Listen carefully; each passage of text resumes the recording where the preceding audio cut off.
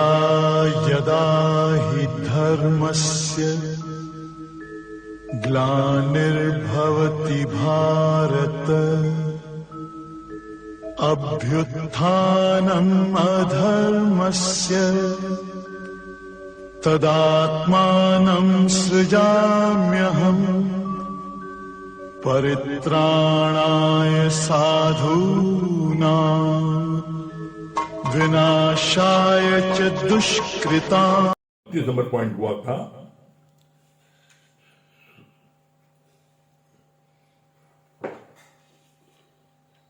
कल 31 number point पढ़ा गया था लास्ट में। प्रार्थना और सब शास्त्र बेकार हैं, books and prayers are useless. आज 32 नंबर पॉइंट है। क्या बोल रहे हैं भगवान 32 नंबर पॉइंट में? शुभ और अशुभ का त्यागी मेरे को प्यारा है। क्या बोला? शुभ और अशुभ का त्यागी मेरे को प्यारा है। तो अब यहां पर पहले यह जानना है कि शुभ क्या है और अशुभ क्या है। तो यहां पर शुभ कर्म और अशुभ कर्म की बात आती है। शुभ क्या है?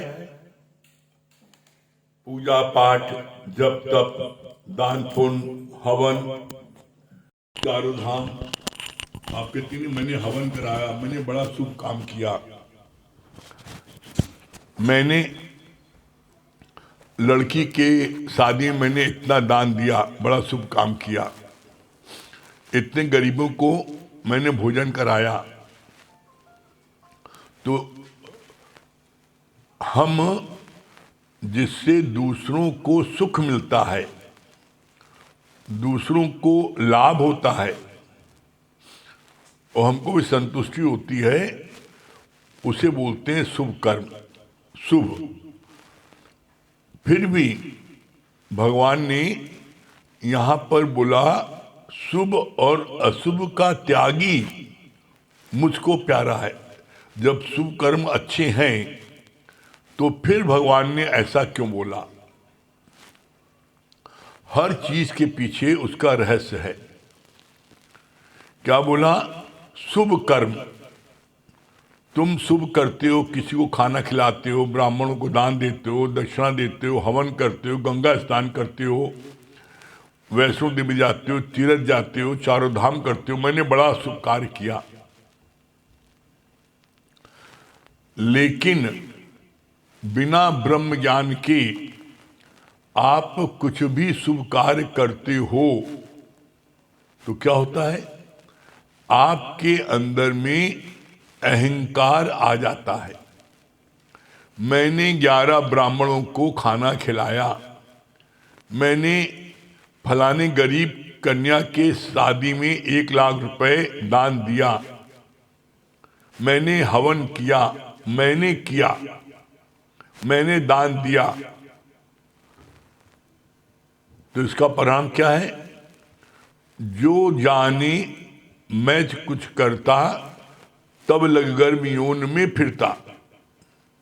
जो ये जानता है, कहे भी नहीं कि मैंने दान किया, मैंने 11 ब्राह्मणों को खाना खिलाया, मैंने ये किया, पूजा किया, पाठ किया, रुद्राक्ष की माला जपी 10 बार 11 बार।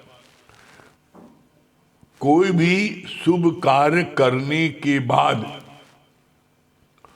कोई भी जीवधारी उसको भुला नहीं पाता।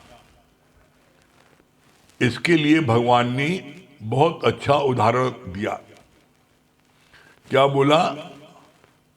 तीरथ तप और दान कर मन में धरे गुमान, नानक निष्फल जात है जो कुंचर स्नान। कुंचर माने होता है हाथी।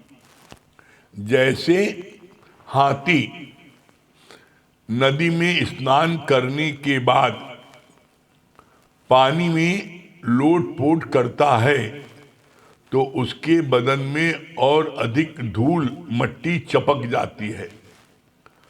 अगर स्नान न करता तो मट्टी इतनी न चपकती। इसी तरीके से जो व्यक्ति तीर्थ करते हैं, तप करते हैं, दान करते हैं, यज्ञ करते हैं, उनके मन में बड़ा भयंकर अहंकार होता है। मैंने ये किया, मैंने ये किया, मैंने ये किया, मैंने ये किया। वो हर समय अपनी मैं अलापते हैं, मैंने ये किया।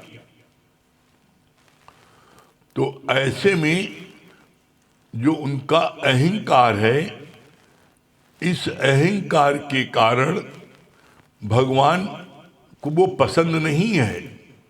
क्यों? क्योंकि भगवान का भोजन है अहंकार। भोले भाव मिले रघुराई, चतुराई से चतुर्भुज न पाई। जिसने भी अहंकार किया वो परमात्मा से बहुत दूर चला गया। क्यों? क्योंकि भगवान उसके अहंकार को बिना खाए, बिना अहंकार को तोड़े भगवान को चैन नहीं पड़ता। तो इसीलिए यहां भगवान ने बोला कि हमारे को जो लोग शुभ और अशुभ,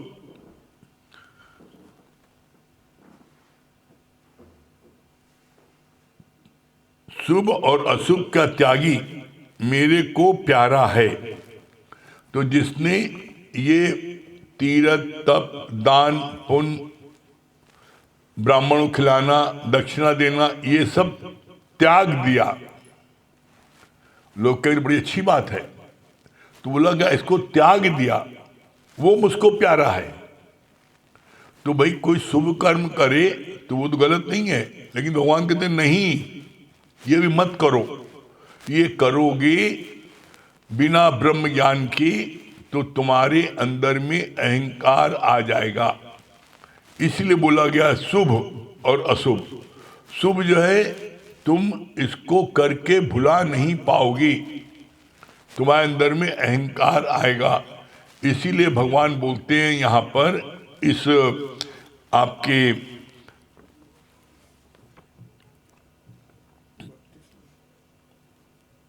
32 नंबर पॉइंट में, शुभ और अशुभ का त्यागी मेरे को प्यारा है। अब शुभ जो है, तो यहाँ पर एक अच्छा और दृष्टांत गुरुजी ने बताया, बड़ा प्यारा। कहा कि जब राजा जनक को गुरु ने समझाया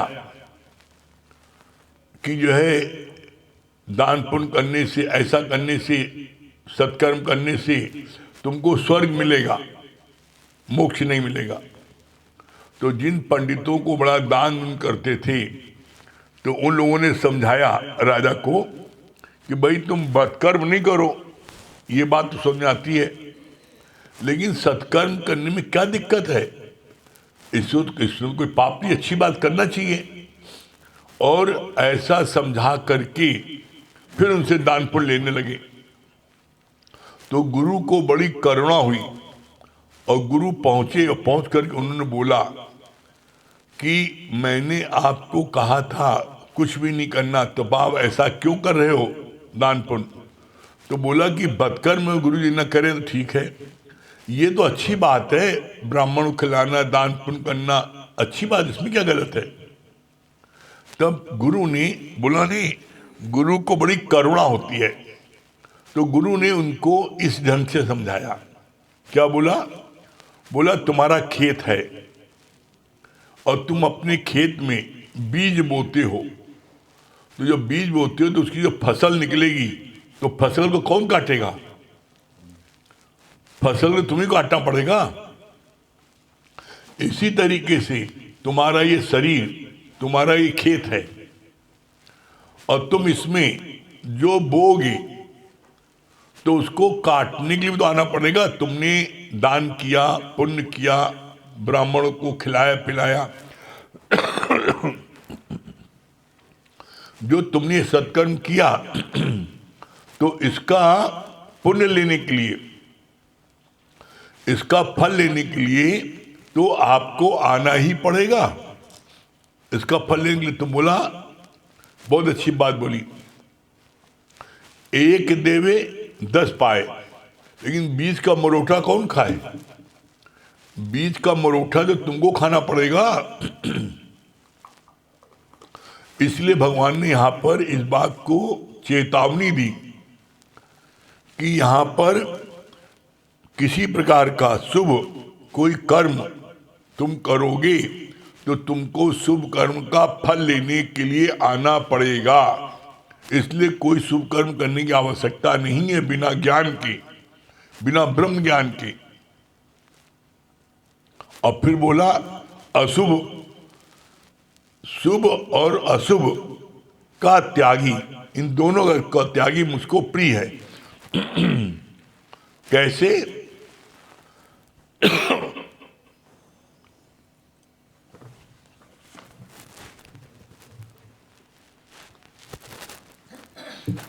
कैसे?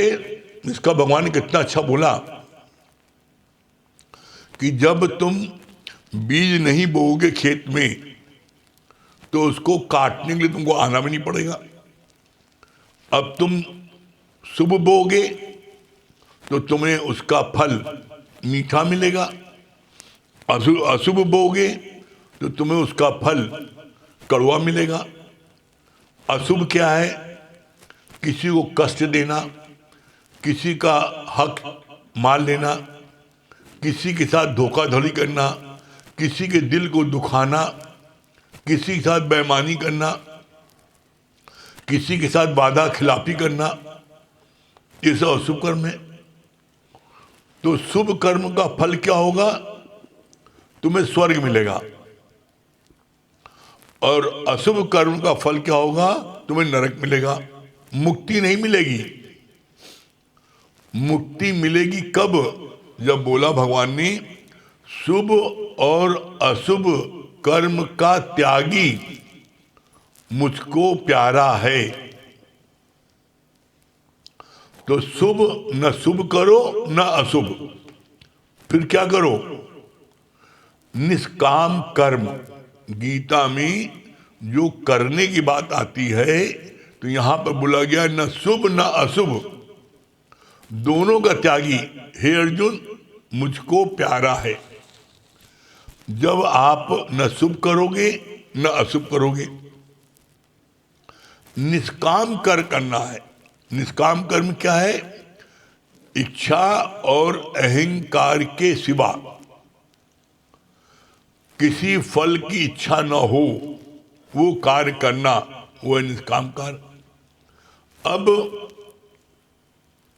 ये निष्काम कार्य भी जब आप पूर्ण समर्पण कर देते हो गुरु को, तो गुरु आपसे निष्काम कार्य लेना शुरू कर देता है, आपको करना नहीं पड़ता।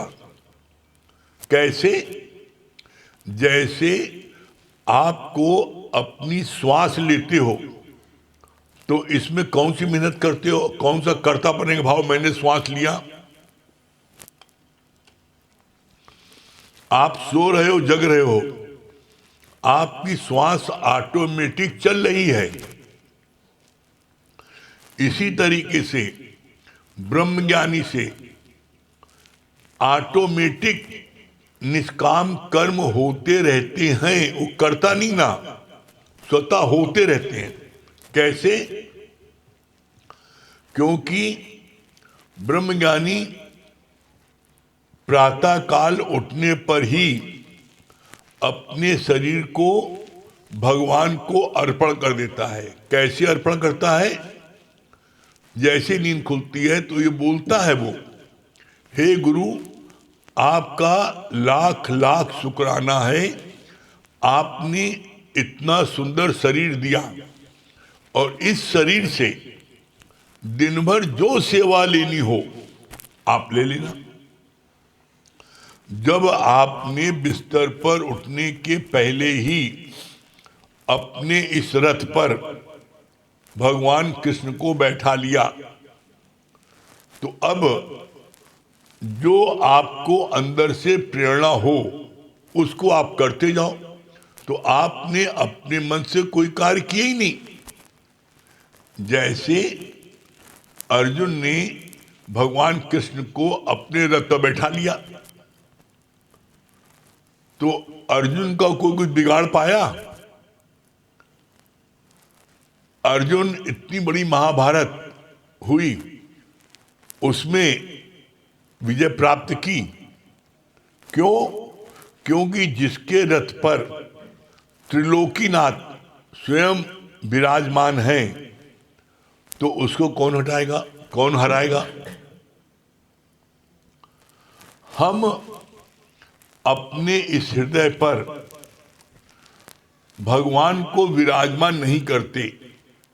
जब उठते, नींद खुलती सुबह ना, तो हड़बड़ाहट, हर इतनी देर होगी, इतनी देर होगी, जल्दी भागे भागे भागे, जल्दी दुकान जाना है, ऑफिस जाना है, बच्चों को स्कूल जाना है, इतना हड़बड़ाहट उठता है।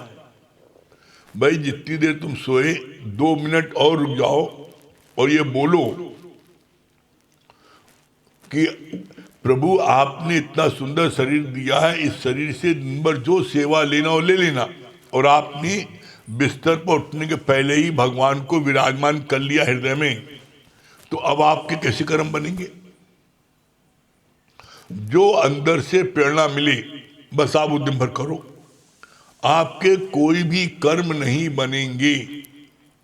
और जब कोई कर्म नहीं बनेंगे तो क्या परिणाम होगा? इसका परिणाम ये होगा कि आप भगवान से मिलके एक होगे। क्या बोला है? 2 लोगों को निश्चित मुक्ति मिलती है, 2 प्रकार के लोगों को। कौन? एक जो निष्काम कार्य करते हैं, अंत वेले में उनके मन में किसी प्रकार का कोई भी आसक्ति, किसी प्रकार की माया का विचार नहीं रहता, गुरु का चिंतन करते हैं, भगवान के स्मरण करते हैं और मुक्ति को प्राप्त कर लेते हैं। एक इस प्रकार के। और दूसरे, बहुत अच्छा बोला श्याम भगवान ने, दूसरे जो देश की रक्षा में अपने को बलि दे देते हैं, जो देश की रक्षा के लिए में अपने बलि दे देते हैं, वो भी मुक्त होते हैं। तो यहां पर जो मिलिट्री में है, देश सेवा में लगे हैं, इसीलिए देखो आप, अगर वो शादी करके अभी आए हैं और उनको आदेश मिलता है कि बॉर्डर पर आपको जाना है, वो शादी की पहली रात भी छोड़ करके बॉर्डर चले जाते हैं। आप उनका त्याग देखो, समर्पण देखो देश के प्रति। तो उनके लिए भगवान ने बोला वो भी मुक्त है। इसी तरीके से जो निष्काम कार्य करते हैं वो भी मुक्त है। यहां पर आप देखो, आप सिविलियन हो, आप घर परिवार में रहते हो, तो आप इस निष्काम कार्य को सरलता से कर सकती हो। सिर्फ एक चीज अपने मन में आप विचार करो कि हम दुनिया की कोई भी चीज जो चाहते हैं, उस चाहना के कारण हम अपने ब्रह्म पद से जीव में आ जाते हैं।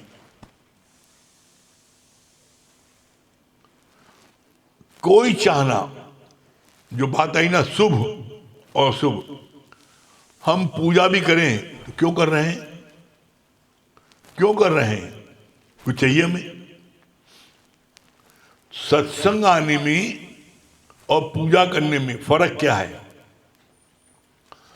सत्संग हम आते हैं तो हम अपने मोक्ष को प्राप्त करने के लिए आते हैं।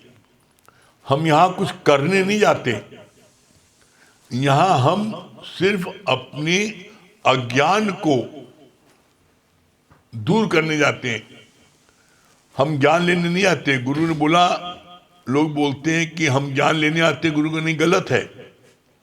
ज्ञान स्वरूप तो आप पहले से ही हो।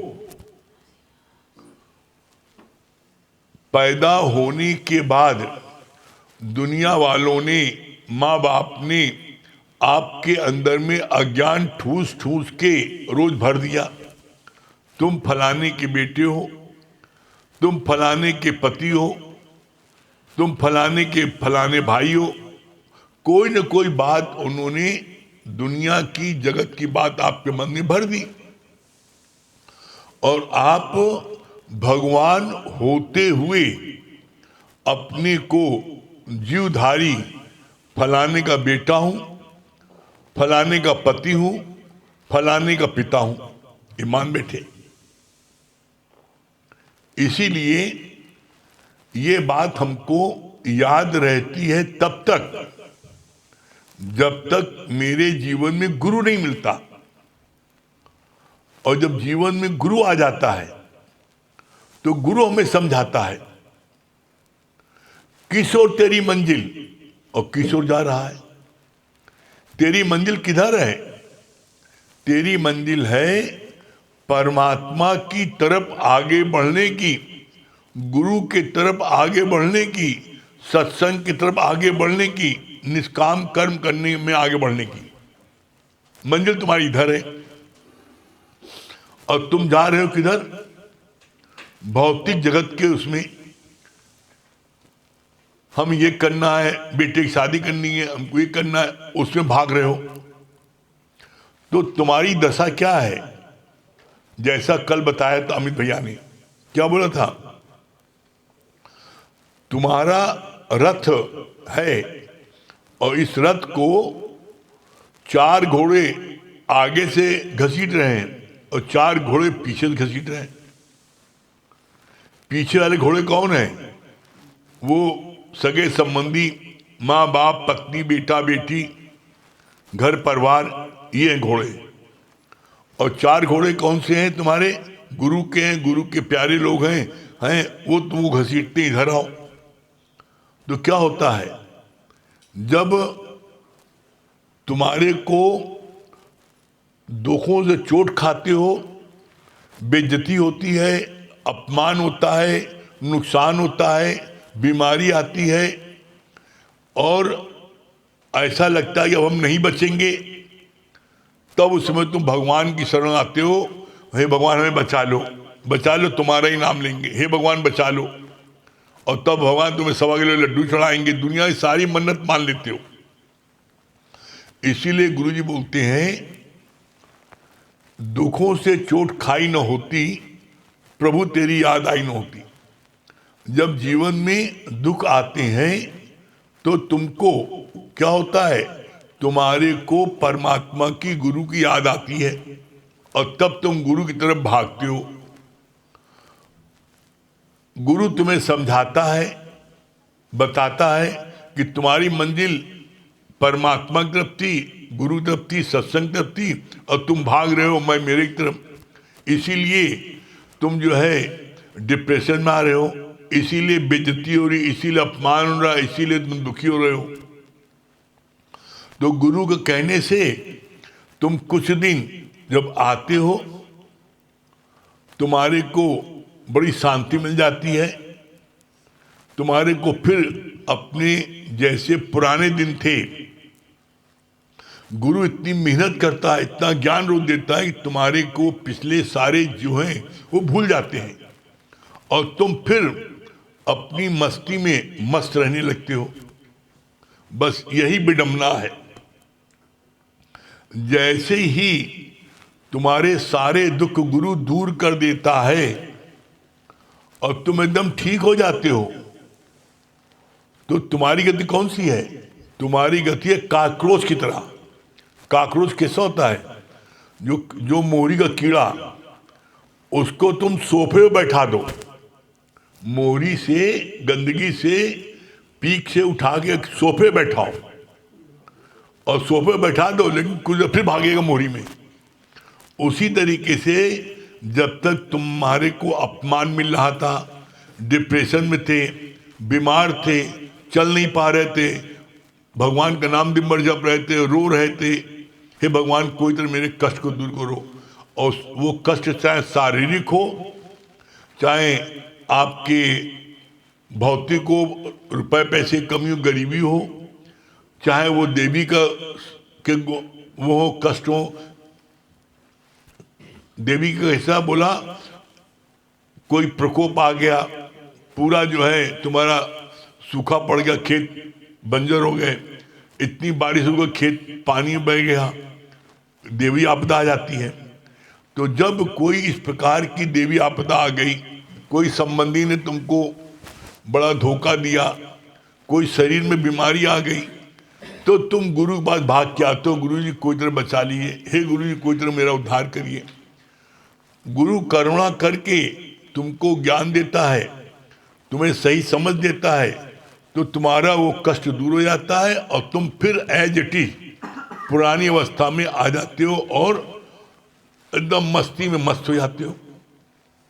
जैसे ही मस्ती मस्त होते हो तो फिर वही काकरोच की तरह सोफे से मोरी फिर भागते हो। नहीं, बहुत दिन हो गया ना, हमारे अम्मा बाबू से नहीं मिले हैं, बेटवा से नहीं मिले हैं, उससे मिलने इससे। जब तुम बीमार थे, मर रहे थे, डिप्रेशन में थे, तो तुम्हें कोई पूछने नहीं आ रहा था। जब तो कोई ये जाए यहाँ से अस्पताल भर्ती करो, और जब ठीक हो गए फिर तुमको लेने आ गए, फिर तुमको याद आ गई। तो बोला भगवान ने यहाँ पर, गुरुजी ने इसीलिए लाइन बोली है, troubles don't come if you not invite them. परेशानी को यदि आप निमंत्रण न दो तो परेशानी आपके सामने आ नहीं सकती। परेशानी को निमंत्रण आप खुद देते हो। अरे भाई, जो क्रॉनिक डिजीज होती है, डिप्रेशन है, आपको बहुत गहरी चोट है, कैंसर है, टीबी है, तो उसका एक कोर्स होता है। उसका कोर्स होता है 6 महीने का, साल भर का, 2 साल का कोर्स होता है। एक गांठ भी अगर जरा से निकल आती है तो डॉक्टर कहते हैं इसका कोर्स है 2 साल तक। ये दवा तुम्हें दिन में 2 बार खानी है। अगर तुमने एक दिन एक समय भी नागा कर दिया दवा खाने में, तो फिर उस दिन से फिर 2 साल तुम्हारी दवा चलेगी। 2 साल बिना नागे के ये दवा तुम सुबह और रात में खाओगे तो तुम्हारी गांठ ठीक हो जाएगी। और यदि तुमने किसी दिन धोखे में भूल गए, किसी परिस्थिति का तुमने नहीं खाया, तो क्या बोला डॉक्टर ने, जिस दिन तुम भूल जाओगे, तुमने जैसे 2 साल का कोर्स है और तुमने 1.5 साल तुमने दवा खाई और एक दिन तुम भूल गए, तो अब वो 1.5 साल दवा खाना बेकार हो गया। तुम्हें फिर 2 साल उस दिन शुरू करना पड़ेगा। ये बात हमने जीवन में देखी है। किसी को बीमारी थी, गांठ था, वो बड़ी अलर्ट रहते थे, भैया दवा खाना है। मतलब वो रहते थे, उनके पति रहते थे, 3 लोग और रहते थे, भैया याद दिलाना है, समय दवा खिलाना है। हम क्यों, इतनी क्या बात है भाई, एक जरा उसके लिए इतने लोग, तुम पूरा घर भर परेशान है। जिसको देखो याद दिलाते दवा खाएगी नहीं। तब उन्होंने बताया कि डॉक्टर ने कहा था, और उन्होंने उनसे भूल यही हुई थी कि उन्होंने 6 महीने दवा खाया और एक दिन लापरवाही में भूल गए, नहीं खा पाए। तो डॉक्टर को जब बताया तो डॉक्टर ने कहा 6 महीने जो खाई तो बेकार हो गई, अब फिर से 2 साल खाओ, जब जाके ये गांठ ठीक होगी।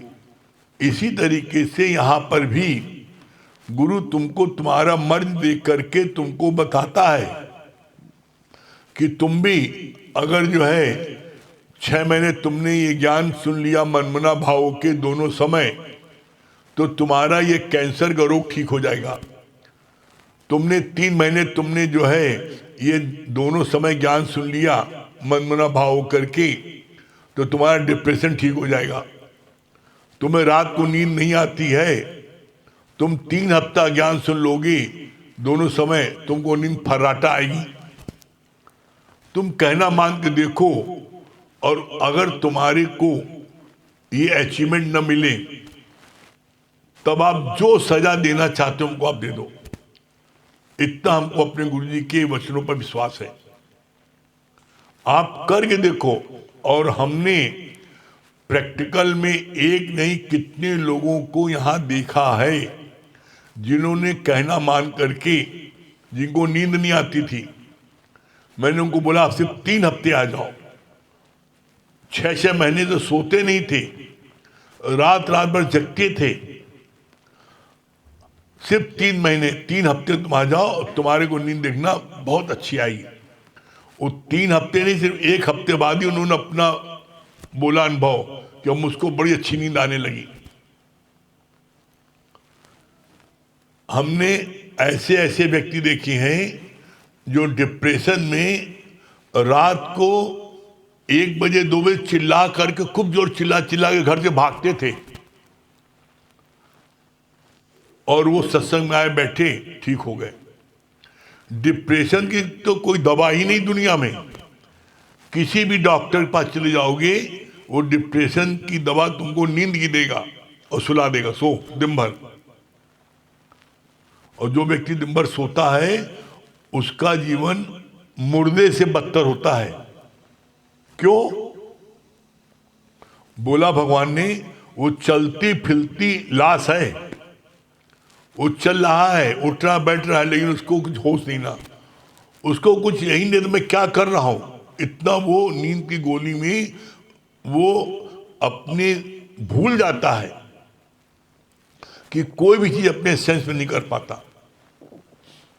ऐसी ऐसी गहरी बीमारी जिसका कोई इलाज ही नहीं हो सकता। इसी तरह हमने देखा इकलौता बेटा जिसका शरीर शांत हो गया, और इस इकलौते बेटे के उसमें मां ने अपना सर देवी जी के आगे पटक दिया, अब मैं जी के क्या करूंगा। उसको भी इतनी गहरी चोट लगी कि जब भी वो खाना बनाने के लिए चौके में जाती थी तो उसको जो है इतनी तेज चक्कर आता था कि वहां गिर जाती थी वो उस चोट के उससे। मैंने उनको देखा, ठीक हो गए, अब वो डॉक्टर हो गई, वो अब वो दूसरों का इलाज करती हैं। ऐसे से देखे, एक खाने को पैसा नहीं था पूरा दोनों समय के लिए, बहुत सी बीमारी थी उनको। ये करिश्मा देखा हमने गुरु का कि डॉक्टर ने उन्हें बुला करके कहा तुम्हारा फ्री इलाज करेंगे, फ्री अस्पताल में रहो, खाना पीना रहना सब फ्री देंगे। भाई क्यों? कहा ऐसी बीमारी किसी नहीं है, इसका जो हम लोग एक्सपेरिमेंट करेंगे, कि नई बीमारी खोज है तो आपको उल्टा हम पैसा देंगे। हम क्या, देखो भगवान की लीला देखो है। कहते नहीं है, अगर भगवान को बिन श्वास राखे, अगर भगवान की कृपा हो गई तो बिना श्वास के तुम्हें रखेगा। एक पाई पैसा नहीं, बहुत दुखी रहती थी, कैसे इलाज करें क्या है, बस ये होता था जो गुरु करेंगे बहुत अच्छा करेंगे, आप चिंता नहीं करो, बस सत्संग आते रहो। और सत्संग आते आते एक दिन उन्होंने स्वयं बताया कि ऐसा आश्चर्यजनक करिश्मा है। गुरुजी क्या हो गया? कहा डॉक्टर मेरे पास आए और कहा इस बीमारी का जो है इसका एक्सपेरिमेंट हम लोग कर रहे हैं, और ऐसी बीमारी आज तक किसी हुई नहीं है, तो इस बीमारी को हम लोग इसकी खोज कर रहे हैं, और इसकी खोज के लिए आप भर्ती हो, आपको एक पैसा नहीं देना पड़ेगा, आपको उल्टा हम लोग आपको खाना पीना दवा सब फ्री देंगे। तो यहां पर इसीलिए भगवान बोलते हैं कि शुभ और अशुभ कोई कर्म नहीं करो। बोला शुभ और अशुभ का त्यागी मुझको प्यारा है, कुछ नहीं करो, सिर्फ भगवान की प्रशंसा करो। क्या बोला? Praise God not pray God. भगवान की पूजा नहीं, पूजा करोगे ना, फिर बात आ गई, पूजा करोगे अहंकार आ जाएगा, और प्रशंसा करोगे तो तुम उनके शुक्राने में डूबोगे। तो यहां गुरु ने कितनी सरल युक्ति बताई कि बस तुम सिर्फ जो है शुक्राना मानते जाओ, प्रशंसा करते जाओ, तुम्हारे को अपना मंजिल प्राप्त हो जाएगी। तुम किसी भी चीज के लिए इतना उलझते क्यों हो? अपनी इतनी मन बुद्धि क्यों चलाते हो भाई? इसीलिए गुरु जी यहां पर बोलते हैं इस ब्रह्म ज्ञान में, मन बुद्धि कर दो अर्पण, ज्ञान तभी पाओगे, और मन बुद्धि को चलाओगे तो गुरु से दूर जाओगे। इतनी मन बुद्धि क्यों चलती है? और गुरु जी तो यहां तक, गुरु तो इतने करुणा निधान है, गुरु तो यहां तक कहते हैं तुम्हारी मन बुद्धि जितनी चलानी है चला लो, जितनी चलानी है, 1 महीने, 1 साल, 2 साल, 4, जितने चलानी, जितना परखना है, दिन रात दोपहर जितना परखना परख लो गुरु को। जब सारी परीक्षा ले लो, सारे एंगल से परख लो, मत मानो गुरु को भगवान, मत मानो गुरु, तुम अपना सखा मानो, अपना नौकर मानो, अपना बेटर मानो, कुछ मानो, मत मानो।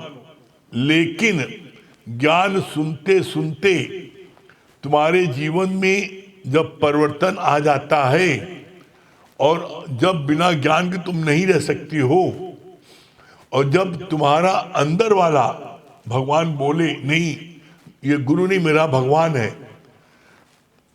गीता भगवान ने तो यहां तक कह दिया, बोला भगवान से भी ज्यादा जिसके मन में गुरु के प्रति श्रद्धा होती है उसको ये ज्ञान सहज में उसके अंदर आ जाता है। ये वर्डिंग है गीता भगवान की। गीता भगवान ने बोला वर्डिंग में, जिसके मन में भगवान से ज्यादा गुरु के प्रति श्रद्धा विश्वास प्रेम है, उसके अंदर में ये ब्रह्म ज्ञान सहज में आ जाता है, भर जाता है। तुरंत ये लाइन आ जाती है, श्रद्धावान लभते ज्ञानम। जिसके मन में श्रद्धा होती है उसके अंदर में सहज में ये ज्ञान चला जाता है। उसको इसके लिए पुरुषार्थ नहीं करना पड़ता, सहज में हो जाता है। कैसे? इसका भगवान ने कितना अच्छा जिक्र किया। कहा कि जब तुम गुरु के शुक्राने में डूबे रहते हो, गुरु के प्रेम में डूबे रहते हो, तो तुम्हें कितनी भी तुम मेहनत करनी पड़े, कितना तुम्हारे को कष्ट हो, कितनी कोई बात हो, शुक्राने में डूबे रहने पर किसी प्रकार की कोई बात हमको लगती नहीं है। कैसे? इसका गुरुजी ने प्रैक्टिकल में और प्रमाण दिया। कहा जैसे तुम बाल्टी में तौलिया को डुबो दो, अब तौलिया में आग लगाओ, तौलिया में आग लगेगी? चाहे कितनी कोशिश करो, पानी में डूबी है ना वो बाल्टी में, उस तौलिया में आग नहीं लग सकती। इसी तरीके से जो गुरु के प्रेम में डूब गया है उसको दुनिया की कोई बात सुनाई नहीं पड़ती। कैसे नहीं सुनाई पड़ती? कहा प्रैक्टिकल करके देख लो, तुम नदी में अपना सिर डुबो लो, सिर तक डूब जाओ और देखो कोई बात बाहर सुनाई पड़ती है? कोई बात नहीं सुनाई पड़ेगी। बिल्कुल ये सरल तरीका है, और जो ऐसा डूब जाएगा उसको सहज में ज्ञान प्राप्ति होगा, कुछ उसको करना नहीं पड़ेगा। करके देखो आप, अगर आपको सफलता न मिले तब गारंटेड है सफलता मिलेगी। लेकिन जरूरी कब है? जरूरी है कि इस ज्ञान में जो गुरु कहता जाए आप बस करते जाओ। बात आती नहीं। फिर जब तक मेरे को कष्ट था शरीर में, जब तक गरीबी थी, जब तक रहने को स्थान नहीं था, जब तक हमारे को कोई पूछता नहीं था, दर दर भटक रहे थे, जब तक तो हम गुरु की बात मानते हैं। और जहां 4 लोग पूछने वाले हो गए, 4 लोग तारीफ करने वाले हो गए, रहने को अच्छा सा मकान हो गया, घूमने घामने के लिए गाड़ी घोड़ा हो गया, जब गुरु की कृपा से सब कुछ हो गया तो मन में आता गुरु तुम्हारा क्या काम है, अब जाए घूमे फिरे, बस वही यही मिस्टेक है। अरे एक साधे सब सदे, सब साधे सब जाए। एक गुरु को तुम साध लो, बस दुनिया की सारी चीजें तुम्हारे कदमों में हाजिर रहेंगी। कैसे? इसका गुरु ने प्रमाण दिया। बोला जिसके हृदय में नारायण है तो उसको क्या लक्ष्मी कमी होगी? अरे लक्ष्मी नारायण की दासी है, चरणों बैठती हैं। जब तुम नारायण को धारण करोगे तो लक्ष्मी तुम्हारे पीछे पीछे भाग के आएंगी। इसका प्रमाण है, कबीर ने नारायण को धारण किया, लक्ष्मी कबीर के पीछे पीछे भाग रही थी। कबीर मना कर रहा है तब भी भागे जा रही। नहीं, उसका लोटा सोने कर दे दिया। कबीर ने कहा भागो, में जरूरत नहीं है, जब भी नहीं भागे। कहे हमको जो है बड़े आनंद की प्राप्त होती है, हम आपके पास रहेंगे। वो अपना माथा रगड़ती हैं संतों आगे, लेकिन तब भी संत उनको स्वीकार नहीं करते। तब कबीर ने क्या बोला अपनी पत्नी से? कबीर की पत्नी का नाम था लोई। का लोई जरा लाओ डंडा, मैं इसे करूं चंगा। देखो लक्ष्मी का माथा जो है एकदम घिसा है, वो संतों के आगे अपना माथा रगड़ती है, उनको स्वीकार नहीं करते। और पीछे से चोटी बाल उनका गायब है। मायावी लोग उनको हमेशा पीछे पकड़ते, मेरे पास आओ, मेरे पास आओ, और वहां से वो भागती है। ब्रह्मज्ञानी की इतनी महिमा है, ये बात तो मैंने अपने कानों से और कानों से सुना, आंखों से देखा। प्रयागराज में गुरु जी आए थे, हम लोग गंगा जी सब गए गुरु जी साथ में। तो वहां पर ये बात चली कि गुरु जी से पूछा, गुरु जी सब लोग कहते हैं कि हर व्यक्ति अपना पाप गंगा में धोता है। इतने लाखों लोगों, करोड़ों का पाप गंगा ने अपनों पर ले लिया, तो सारा पाप तेरी के पास चला गया, तो कैसे रह पाती हैं? बड़ा सुंदर जवाब दिया, बताया जब ब्रह्मज्ञानी के चरण पड़ते हैं नदी में तो सारे पाप गंगा जी के वो धुल जाते हैं। इतनी महिमा है ब्रह्मज्ञानी। ब्रह्मज्ञानी के जब चरण गंगा में पड़ते हैं तो जितने पापियों ने अपना पाप वहां जाके धोया, वो सारे पाप गंगा के नष्ट हो जाते हैं। ये है ब्रह्मज्ञानी महिमा। बोला जैसे एक सूर्य के निकलने पर सारे धरती पर प्रकाश हो जाता है, उसी प्रकार से एक ब्रह्मज्ञानी के अवतरित होने पर दुनिया के सारे कष्टों का वो हरण कर लेता है। अब यहां लोग तर तर करते हैं ना, हमने देखा फलाना रो रहा है, फलाने बड़ा कष्ट है। अरे कष्ट किसका हरते हैं? सूर्य का प्रकाश किसके पास जाता है? सूर्य ने अपना प्रकाश, अपनी धूप दिया, लेकिन तुमने अपना खिड़की दरवाजा कमरा बंद करे हो तो सूर्य कहां से आ जाएगा? तुम अपने घर में, अपने कमरे में बंद करके बैठे हो आलसी की तरह, देव देव आलसी पुकारे, और कहीं से सूर्य की रोशनी प्रकाश नहीं आ रहा है, तो क्या करे भगवान, क्या करे सूर्य? और तू अपने कर्मों को रो कि सूर्य भगवान ने मेरा तो भला नहीं किया। अरे सूर्य भगवान तुम्हारा भला नहीं किया कि तुमने अपनी मूर्खता की है। तुमने खुले में आए, तुम सूर्य के नजदीक, तुम खुले मैदान में आए, बगीचे में आए जहां सूर्य का प्रकाश है। लो मना किसने किया? धूप मत लो। तुम्हारा वो रोग सब दूर हो जाता। इसी तरीके से जो ब्रह्मज्ञानी आते हैं वो दुनिया के सारे लोगों के कष्टों को दूर कर देते नहीं। किसके? जो उनकी शरण में आता है ना। अब तुम घर बैठे रहोगे तो कैसे कष्ट दूर हो जाएगा? जो वचनों को सुनेगा मनमना भाव से, जो वचनों को सुनेगा, जो वचनों को अपने जीवन में लगाएगा, उसका कष्ट दूर होगा कि जो अपने घर में बैठा रहेगा, मक्कारी करता रहेगा, हरामखोरी करता रहेगा, उसका कष्ट दूर होगा। आप देखो, विचार करो। तर्क जो है, तर्क से भगवान नहीं मिलते। भगवान ने मेरा कष्ट नहीं दूर किया। लोग कहते हैं मेरा कष्ट दूर नहीं किया, भगवान ने फलाने कष्ट दूर किया होगा। भगवान को पार्शलिटी है।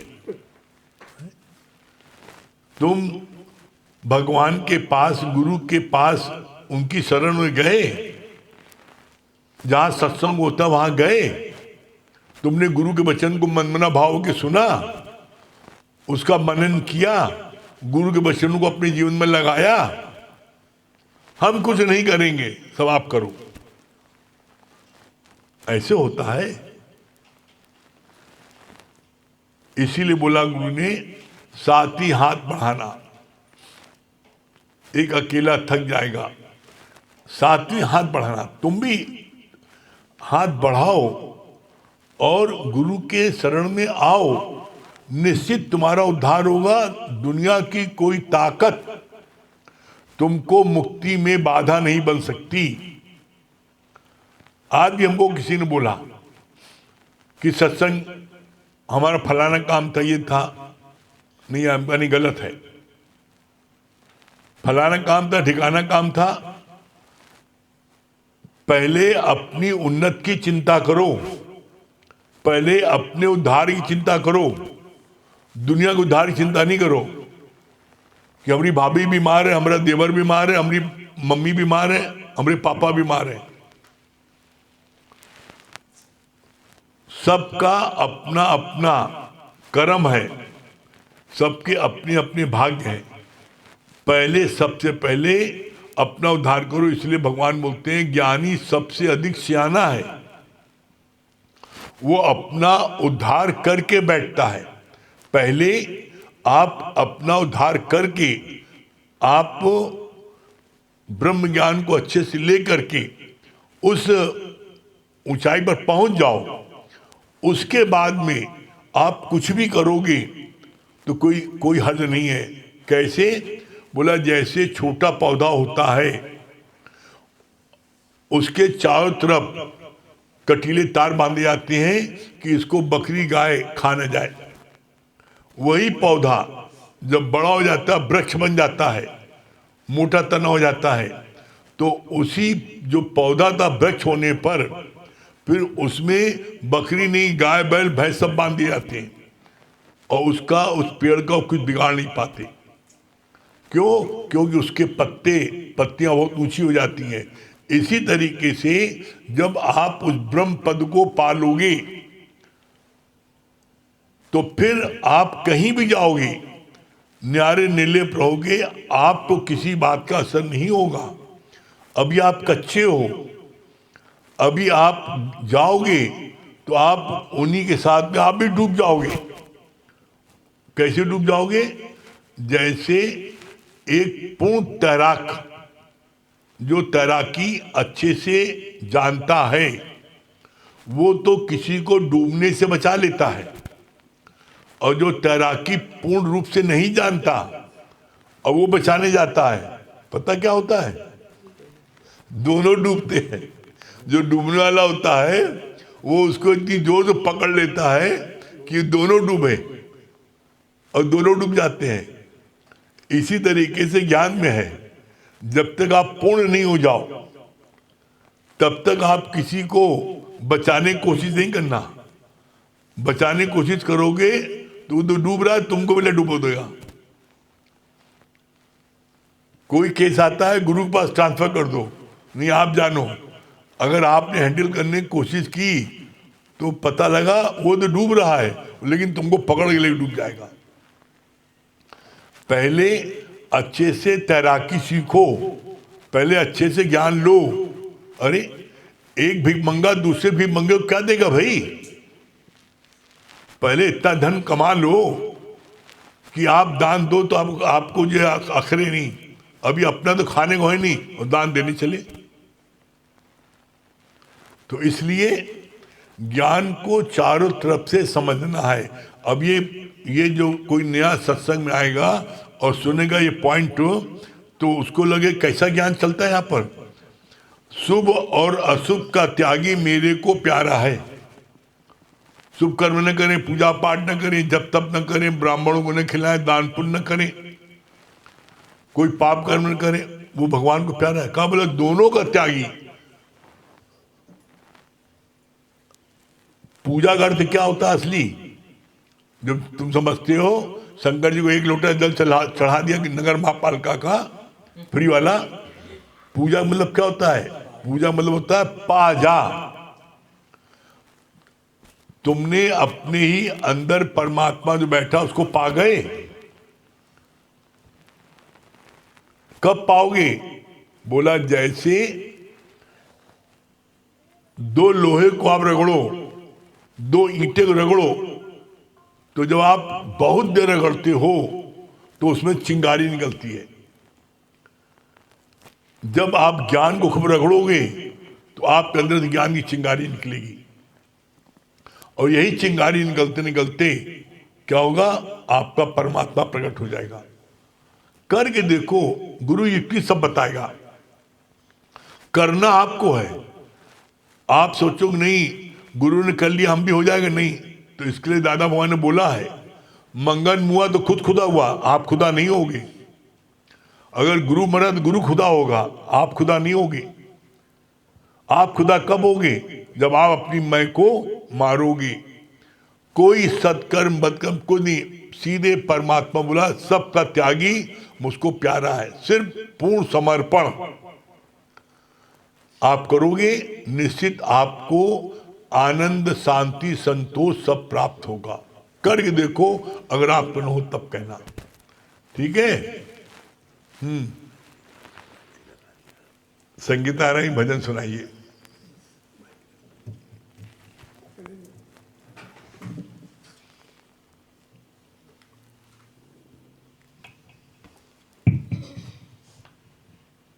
क्या बता रही हैं? बहुत अच्छा लगा कि अपने उद्धार की चिंता करें। और ये भी बात बहुत अच्छी लगी कि शुभ और अशुभ वाली बात बहुत अच्छी लगी कि जैसे आपने कहा ना कि शुभ और अशुभ नहीं करना है, दोनों से दो वो दो अपने आप नहीं देना चाहिए, कहना पड़ता है बार बार। मोबाइल दो ना, उस पर्स में रखे हो, बहुत अच्छे। इसलिए तो भांगड़ बिल्ला